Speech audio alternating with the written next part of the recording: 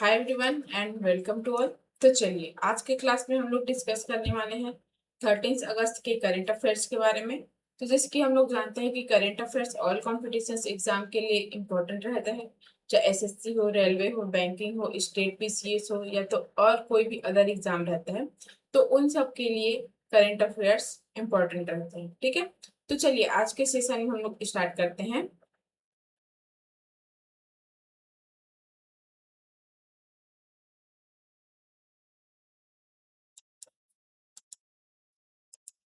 ठीक है, अब तो देखिए क्या बोला गया है। भारत ने 31 जुलाई 2026 तक, ठीक है, 31 जुलाई 2026 तक कितनी गैर जीवाश्म ईंधन विद्युत क्षमता हासिल की है। ठीक है, अब देखो ये गैर जीवाश्म ईंधन विद्युत क्या होता है। तो ये वो इलेक्ट्रिसिटी होती है, ठीक है। गैर जीवाश्म ईंधन विद्युत मतलब ये नॉन फ्यूजल फ्यूल पावर। ठीक है, तो देखो ये क्या होती है। तो ये वो इलेक्ट्रिसिटी होती है, ठीक है, ये वह इलेक्ट्रिसिटी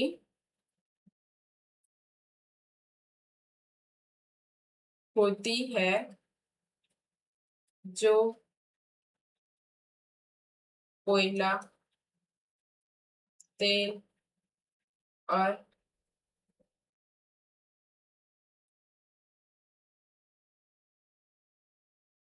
या प्राकृतिक गैस जैसे पारंपरिक जीवाश्म ईंधनों को जलाए बिना बनाई जाती है। ठीक है, तो देखो ये नॉन फ्यूजल फ्यूल क्या होता है। तो वो इलेक्ट्रिसिटी होती है जो कोयला, तेल या तो जो प्राकृतिक गैस होती है, पारंपरिक जीवाश्म ईंधनों को जलाए बिना बनाई जाती है। तो इसको क्या बोला जाता है, नॉन फॉइल फ्यूल पावर। ठीक है, तो इसकी विद्युत क्षमता मतलब कितनी गैर जीवाश्म ईंधन विद्युत क्षमता हासिल की है। तो यह है 300.50 गीगावाट।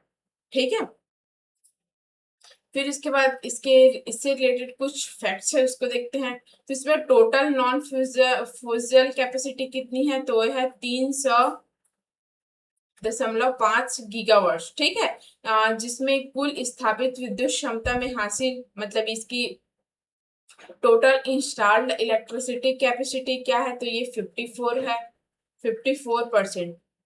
ठीक है, 54% है। और देखो इसमें क्या बोला है, जो सोलर पावर है मतलब जो इसमें टोटल नॉन फ्यूजल कैपेसिटी है, ठीक है, इतनी है 300.50 गीगावाट। तो उसमें देखो सोलर पावर कितनी है। तो सोलर पावर है 1.64.59 गीगावाट।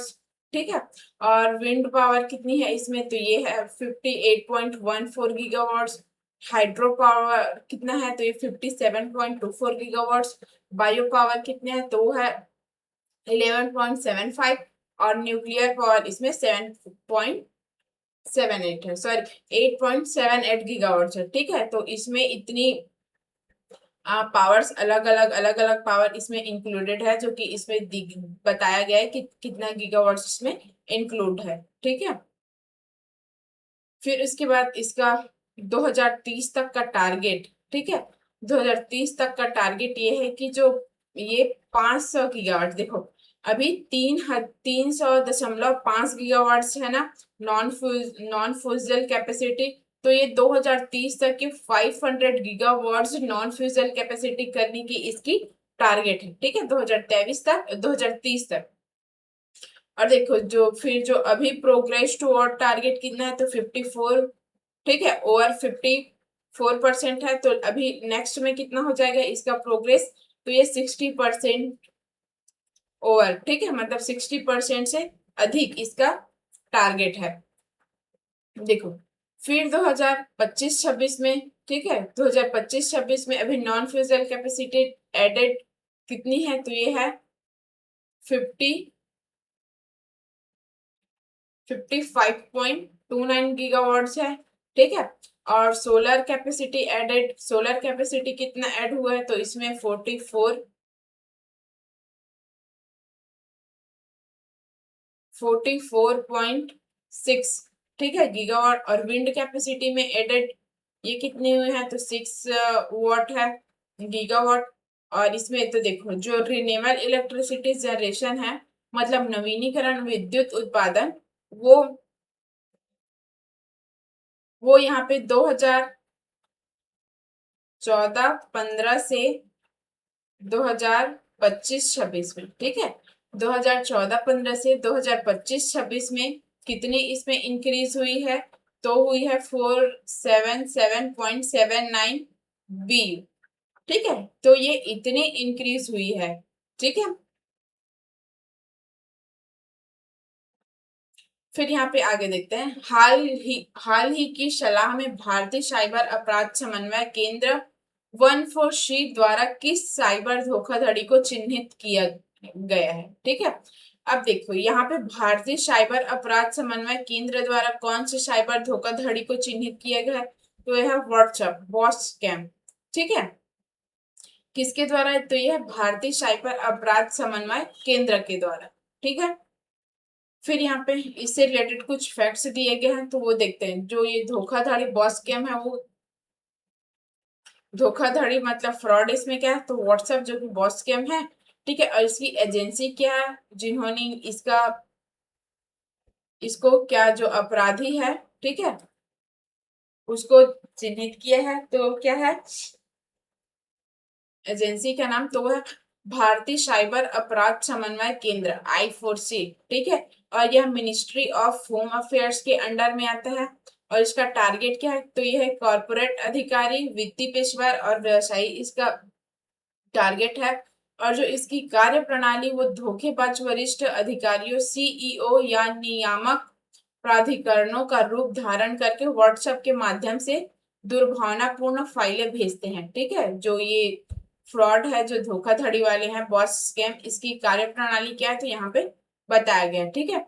और ये इसकी दुर्भावनापूर्ण फाइलें यहाँ पे अक्सर स्टेटमेंट ऑफ अकाउंट्स, RBI या MCA दस्तावेजों के रूप में छिपाई जाती है, ठीक है। फिर ये इसका टेक्निकल मेथड, तो ये क्या है, भावनापूर्ण विंडोज एक्सिक्यूटेबल पीड़ितों के कंप्यूटर को संक्रमित कर सकता है, ठीक है। और जो ये सक्रिय व्हाट्सएप वेब क्षेत्र को हाईजैक कर सकता है। फिर ये इसका उद्देश्य दिया गया है, ये घटना को रिपोर्ट करने वाले देख। अब ये घटना को रिपोर्ट कहाँ कहाँ पे किया गया, कौन से स्टेट में, तो ये दिल्ली, गुजरात, महाराष्ट्र और राजस्थान, ठीक है। अब जो इसमें I4C जो सलाह की तारीख है, वो क्या है, तो ये 22 जून 2026, ठीक है, 22 जून 2026, जिसका शीर्षक है दुर्भावपूर्ण विंडोज एक्सिक्यूटेबल्स का उपयोग करके व्हाट्सएप अकाउंट टेक ओवर और यहाँ पे उच्च वित्तीय धोखाधड़ी के लिए नियामक एवं कार्यकारी प्रतिरूपण, ठीक है। तो ये I4C की ये सलाह है। अब यहाँ पे देखते हैं, भारत का पहला प्रमुख बंदरगाह कौन सा बना जिसे स्कोप टू इमिशन फ्री का दर्जा हासिल किया, तो ये कौन सा बंदरगाह है, तो VO चिंदबरनार बंदरगाह, ठीक है, VO चिंदबरनार बंदरगाह। फिर इससे रिलेटेड कुछ फैक्ट्स है, तो उस पोर्ट का नाम क्या है, बंदरगाह का, तो वो है VO चिंद बंदरनार पोर्ट, ठीक है, अथॉरिटी। जिसका लोकेशन क्या है, तो ये है तुतीकोरिन, ठीक है, तुतीकोरिन। ये तुतीकोरिन है जो कि ये तमिलनाडु में है। और इसके अचीवमेंट, इन्होंने scope to emission free port के रूप में मान्यता प्राप्त की है, तो ये इसकी बहुत बड़ी अचीवमेंट है, जो पोर्ट VO चिरबंदनार पोर्ट है उसकी, ठीक है। अब यहाँ पे स्कोप टू इमिशन, तो ये क्या है, मेनली रूप से खरीदी गई बिजली से होने वाले अप्रत्यक्ष उत्सर्जन को संदर्भित करता है, ठीक है। और इसके रिन्यूएबल एनर्जी, तो ये रिन्यूएबल एनर्जी बंदरगाह की ऊर्जा खपत के समतुल्य लगभग 94% की ये भरपाई करती है। फिर इसमें कार्बन में कमी, तो ये क्या है, शुद्ध कार्बन उत्सर्जन में लगभग 45% की कमी आई है। ठीक है, और ये ग्रीन हाइड्रोजन यहाँ पे VOC, ठीक है, मतलब VO चंद बरदनार ये बंदरगाह ने भारत की पहली पोर्ट आधारित ग्रीन हाइड्रोजन पायलट परियोजना शुरू की है। अब देखो ये ग्रीन हाइड्रोजन पायलट क्या होती है, तो इसमें 10, ठीक है, 10 m³ प्रति घंटा क्षमता अप्रैल 2025 में शुरू की गई है। और जो ये पतनपुर परिवहन और जल मार्ग मंत्रालय के अंडर में आता है। और इसका इम्पोर्टेंस क्या है, तो यह उपलब्धि नवीनीकरणीय ऊर्जा को अपनाने और समुद्री क्षेत्र के डीकार्बोनाइजेशन में VOC पोर्ट के नेतृत्व को दर्शाता है। ठीक है, फिर उसके बाद उत्तर बंगाल की खाड़ी के ऊपर असामान्य रूप से मोटी ओजोन परत किस ऊंचाई पर पाई गई थी, तो ये 21 से 23 किलोमीटर ऊंची परत, ऊंचाई वाले परत पर पाई गई थी। ठीक है, ऊंचाई पर ये पाई गई थी। फिर ओजोन परत जो यही है वो कितनी ऊंचाई पे पाई गई थी, तो ये 21 से 23, मतलब 21 से 23 किलोमीटर की ऊंचाई पर। अब कहाँ पे पाई गई थी, तो ये है उत्तर बंगाल की खाड़ी पे। ठीक है, उत्तर बंगाल की खाड़ी पे पाई गई थी ओजोन परत। अब देखो जो सामान्य अधिकतम ओजोन सांद्रता है वो कितनी होती है, तो लगभग ये 25 से 30, ठीक है, 25 से 30 किलोमीटर की ऊंचाई पर पाई जाती है। और जो इसकी ड्यूरेशन है वो असामान्य रूप से मोटी ओजोन परत 1 दिन से अधिक समय तक बनी रही। ठीक है, ये इसकी अवधि है जो यहाँ पे ओजोन परत पाई गई थी उसकी। देखो तो ये क्षेत्र बताया गया कहाँ पे पाया गया था, तो ये उत्तर बंगाल की खाड़ी के ऊपर पाया गया था और उसके निचले समताप मंडल में। ठीक है, अब देखो ये फेज 1 नेट्रो राड अश्मा, ठीक है, national radar network for atmospheric science and meteorological applications, तो ये इसकी अभियान है। ठीक है, और इस संस्था का नाम क्या है, तो ये है Aryabhatta Research Institute of Observational Sciences, जो कि विज्ञान एवं प्रौद्योगिकी विभाग के अंतर्गत आता है ये संस्था। ठीक है, तो ये इसके बारे में और कुछ कुछ यहाँ पे दिया गया है, तो आप लोग इसको देख सकते हैं। ठीक है, फिर यहाँ पे SHINE प्रोग्राम 2026 का आयोजन कौन कर रहा है, तो ये Indian council of medical research, ठीक है, ICMR प्रोग्राम 2026 का आयोजन कर रहा है। ठीक है, देखो यहाँ पे SHIN इसका फुल फॉर्म क्या होता है, तो ये है science health innovation for next gen explorer. ठीक है, ये इसका फुल फॉर्म होता है SHINE, मतलब शाइन, इसका फुल फॉर्म है। और इसके आयोजक कौन है, तो यह है HDR या तो ICMR। ठीक है, ICMR इसको हम लोगों ने अभी देखा है। और इसकी डेट्स क्या है, तो ये 11 से 12 जुलाई तक ये और आयोजित किया गया है। ठीक है, ऑर्गेनाइज किया गया है। और इसका लोकेशन क्या है, तो ये भारत भर में, मतलब जो इसका लोकेशन क्या है, तो वो है यहाँ पे भारत में इसका पूरा 83 सेंटर्स है यहाँ पे। ठीक है, और इसका टारगेट, तो ये कक्षा, मतलब क्लास 9 से 12 के स्टूडेंट्स है इसके। और यहाँ पे लगभग, ठीक है, लगभग 3000 स्टूडेंट्स यहाँ पे पार्टिसिपेट्स किए हैं। ठीक है, पार्टिसिपेशन है 3000 स्टूडेंट्स। इसका एम क्या है, तो वैज्ञानिक जिज्ञासा और स्वास्थ्य अनुसंधान को बढ़ावा देना। ठीक है, ये इसका एम है, जो ये यहाँ पे यहाँ पे जो हम लोग science and health innovation of next gen explorer के द्वारा ये 2026 में आयोजित की गई है ICMR ये उसका उद्देश्य है, ठीक है, मतलब एम है, उसका लक्ष्य है। अब यहाँ पे देखो 10 अगस्त 2026 को कृषि छात्रों के लिए नेशनल स्कॉलरशिप पोर्टल आधारित प्रणाली किसने लॉन्च की है? तो ये शिवराज सिंह चौहान ने की है, ठीक है। और इसका जो शिवराज सिंह चौहान है उसका पोजीशन क्या है? तो ये केंद्रीय कृषि एवं किसान कल्याण तथा ग्रामीण विकास मंत्री है, ठीक है। और देखो ये जो लॉन्च किया गया है, तो ये कब लॉन्च किया गया है? तो ये 10 अगस्त 2026 को, ठीक है, 10 अगस्त 2026 को लॉन्च किया गया है। तो ये सिस्टम का नाम क्या है? तो ये क्या है? नेशनल स्कॉलरशिप पोर्टल, ठीक है। और इसका वेन्यू क्या है? तो ये ICAR या तो IARI, जो कि पूछा नई दिल्ली में है। और इसके बेनिफिशियर्स कितने हैं? तो ये 6000 प्लस, ठीक है, 6000 प्लस इसके बेनिफिशियर्स है। और देखो यहाँ पे अमाउंटेन ट्रांसफर्ड जो अमाउंट है उसको ट्रांसफर कितना अमाउंट ट्रांसफर किया गया? तो ये 21.35 करोड़, ठीक है, 21.35 करोड़ ये अमाउंट ट्रांसफर किया गया है। और इसका जो पर्पस है वो क्या है? तो यह DOB के माध्यम से प्रत्यक्ष समयबद्ध और पारदर्शी छात्रवृत्ति फेलोशिप भुगतान, ये इसका पर्पस है, ठीक है।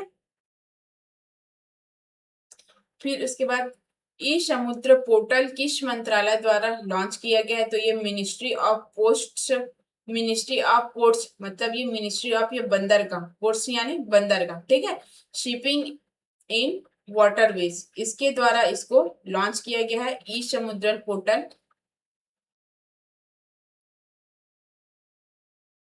ठीक है। तो ये उस मिनिस्ट्री का नाम है ministry of ports shipping and waterway, ठीक है। उस एजेंसी का नाम क्या है? तो ये क्या है? नौवहन महानिदेशालय। इसका उद्देश्य क्या है? पर्पस, तो ये समुद्री और नाविक सेवाओं का डिजिटलीकरण है। और इसका जो समुद्री सेवाओं के लिए सिंगल विंडो डिजिटल प्लेटफॉर्म, ये इसका मेन फोकस है, इस पे ये मेन फोकस है इसके, ठीक है। फिर यहाँ पे क्या दिया गया है? हर वर्ष विश्व अंगदान दिवस कब मनाया जाता है? तो 13 अगस्त को विश्व अंगदान दिवस मनाया जाता है, ऑर्गन डोनेशन डे, ठीक है, एवरी ईयर। तो देखो ये डेट्स क्या है? ये तो ये 13 अगस्त, जो कि हर साल यहाँ पे, ठीक है, मतलब every year organ donation day मनाया जाता है। देखो ये जो भारतीय अंगदान दिवस है, ठीक है, मतलब